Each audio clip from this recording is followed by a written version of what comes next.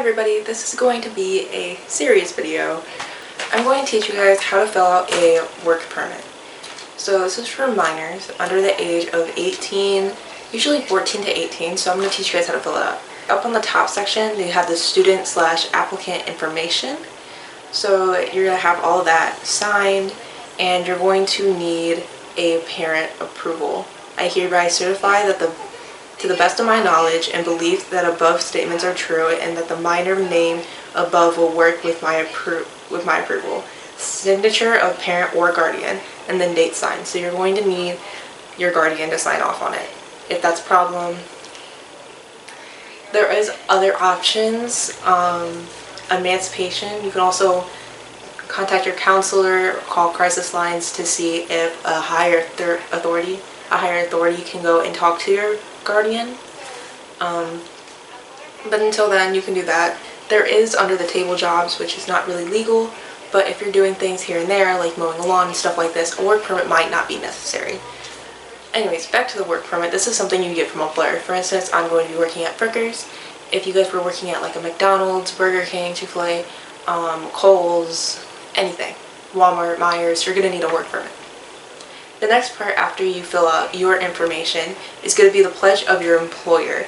So your employer would be wherever you're working at. Say you're working at, I don't know, McDonald's. So your employer would have to fill out that part and everything that you need. And then also you're going to need your physicians filled out. So you're going to have to go to your doctor and they have to send the approval, which they just have to sign, and then says is. There's an is and an is not, and they just have to check mark on is. Please do not just do that yourself. Like, make sure that it was actually a doctor.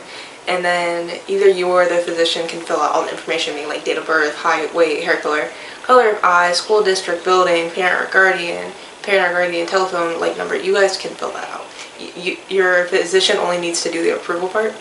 And then once it's usually they want the employer to sign. Once they have the employer sign it, superintendent, chief administrator, officer, or designated issuing officer. So that doesn't mean an officer like a police officer. That means more of someone from your school. And you're going to have them sign the name of office, address of office, and then their signature. And once all of that's filled out, you're good to go. You can call the place that you're doing or whatever. You guys can set up an orientation. Once you get that orientation, if they haven't told you already, they probably will. A photo ID of you, being your school ID, permit, whatever, just with your photo on it. It doesn't even matter if your permit's expired, as long as your photo is on it, or your driver's license, depending on how old you are.